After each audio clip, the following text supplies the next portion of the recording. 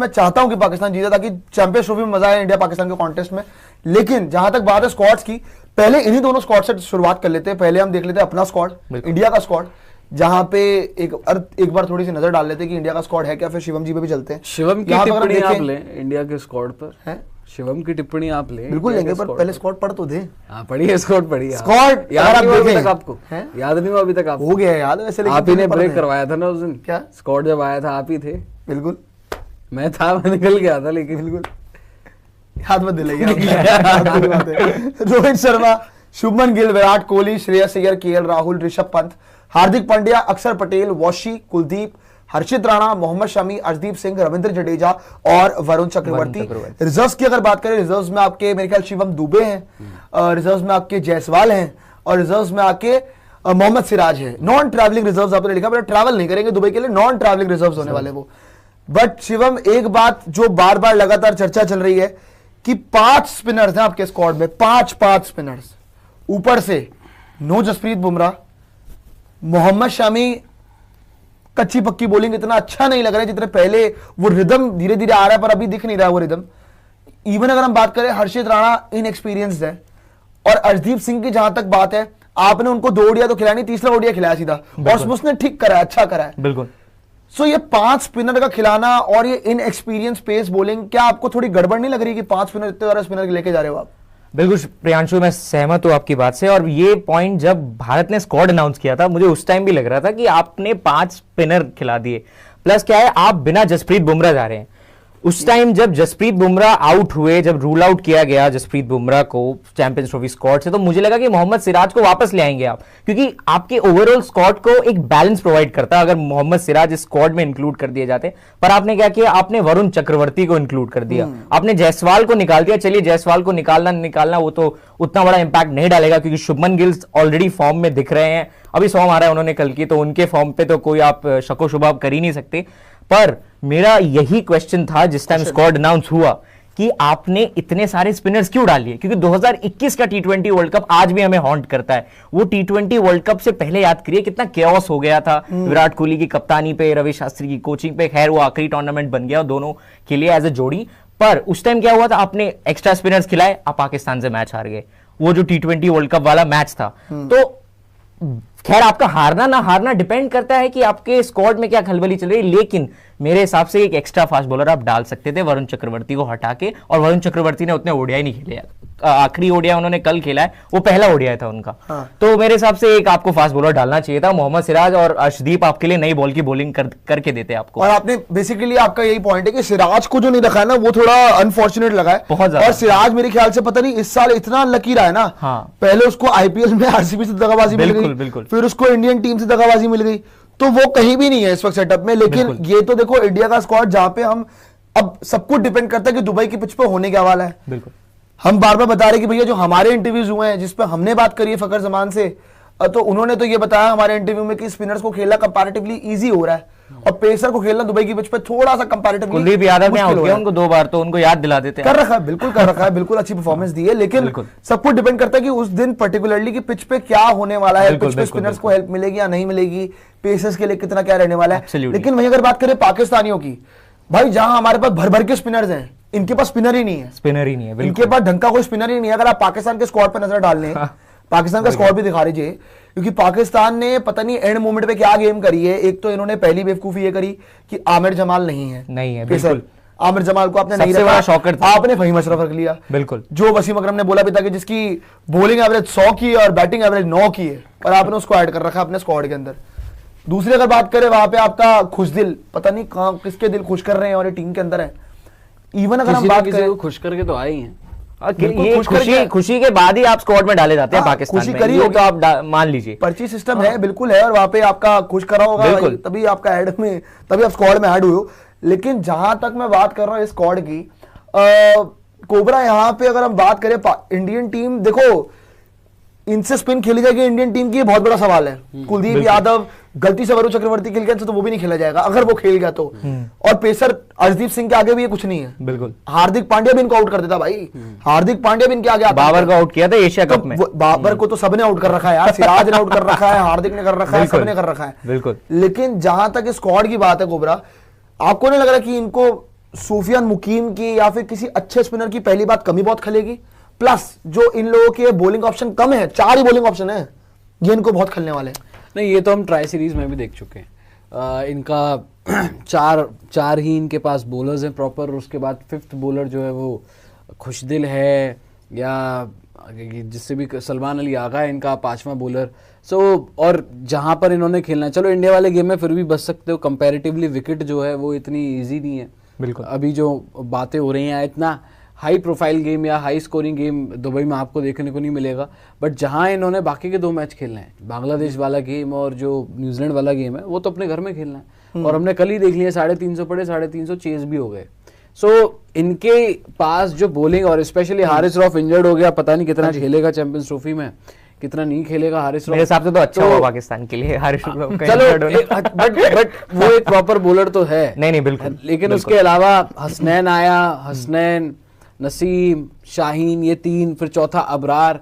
तो ये जो 5वां ऑप्शन है इनका, और जो आपने कंपेयर किया इंडिया से, अब इंडिया वाले गेम में अगर देखो आप लप्पू से स्पिन दोगे, ये जो अबरार अहमद की स्पिन होगी, लप्पू सा तो बाबर है। नहीं, लप्पू सा तो बाबर है, लेकिन मैं कह रहा हूँ लप्पू सी स्पिन, मतलब एक तरफ कुलदीप है, एक तरफ चक्रवर्ती है, एक तरफ जडेजा है, अक्षर है, बिल्कुल, वॉशी है, दूसरी तरफ कौन है, दूसरी तरफ अबरार अकेले अबरार है, तो फिर छक्के हैं सलमान रोहित शर्मा के, रोहित शर्मा के भाई लॉलीपॉप स्पिन है ना। उस दिन भी हमने एक चीज क्या देखी थी, या तो फ्लिपर है या फिर लेग स्पिन नहीं, या तो विन है या तो नहीं, वो तो रिजवान का है, मैं कह रहा हूँ अबरार का, या तो फ्लिपर है या फिर लेग स्पिन है या फिर सीधी बॉल है। सही बात। और तीनों मामले में छक्के हैं। अगर इंडिया वाले गेम में नॉनेज है ना, नॉनेज है, तो ये कहीं ना कहीं इनका चौथा बॉलर जो है, चौथे बॉलर पर भी ये इतने कंफर्टेबल नहीं है। अब अगेन अगरार वो लप्पू बॉलिंग करके कभी कभी क्या होता है, विकेट्स भी मिल जाती हैं। बट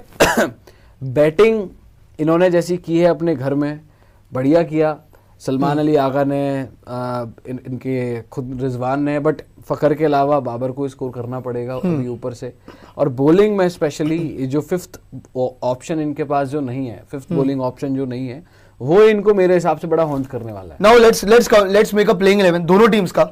इंडिया के आपका स्क्वाड में वापस आ जाइए, प्लेइंग 11 बनाते हैं। ओपनर्स रोहित शर्मा, शुभमन गिल, 3 पे विराट, 4 पे श्रेयस अय्यर, 5 पे केएल राहुल, 6 पे हार्दिक पांड्या, 7 पे रविंद्र जडेजा, 8 पे अक्षर पटेल, बिल्कुल। अब 9 पे कौन सा स्पिनर खेलेगा? वरुण चक्रवर्ती या कुलदीप यादव? कुलदीप यादव। पाकिस्तान फैक्टर जो हम गेम में लेते हैं, 2019 का वर्ल्ड कप ले लीजिए आप, 2000 जो हमने 23 का एशिया कप पाकिस्तान को 228 ऑल आउट किया था, उसमें 6 विकेट लिए थे कुलदीप यादव ने। और पाकिस्तान के खिलाफ परफॉर्मेंस देने की कुलदीप यादव की एक आदत सी है, तो उनको आप पाकिस्तान के गेम में मत बिठाइए। अगर आपने इतने स्पिनर ले गए आप, तो कुलदीप यादव आपके फर्स्ट चॉइस स्पिनर होने चाहिए। मैं स्पिनर की बात कर रहा हूं, यहाँ रविंद्र जडेजा से मत कंपेयर करिएगा। रविंद्र जडेजा आपको एक बैटिंग ऑप्शन भी देते हैं, तो कुलदीप यादव को आप एक स्पिनर के तौर पे लेके जाइए, पाकिस्तान वाला मैच खिलाइए। उसके बाद आप क्या कर सकते हैं, हार्दिक पांड्या आपने स्क्वाड में रखा ही था, अब आप स्क्वाड पे आगे बढ़ते हैं। प्लेइंग 11 में हमने 9 तक तो टीम बनाई ली है, आपके 2 पेसर चाहिए आपको। बिल्कुल, 2 पेसर, ये भी बहुत बड़ा गेम है भाई, बहुत बड़ा। अर्शदीप सिंह है, हर्षित राणा है, मोहम्मद शमी है, खेलेंगे 2 पेसर ही। अब मोहम्मद शमी को आपने लास्ट गेम में नहीं खिलाया, बिल्कुल, लास्ट में खेला आपके हर्षित राणा और अर्शदीप सिंह। इंटरेस्टिंगली हर्षित राणा तीनों गेम खेल गए।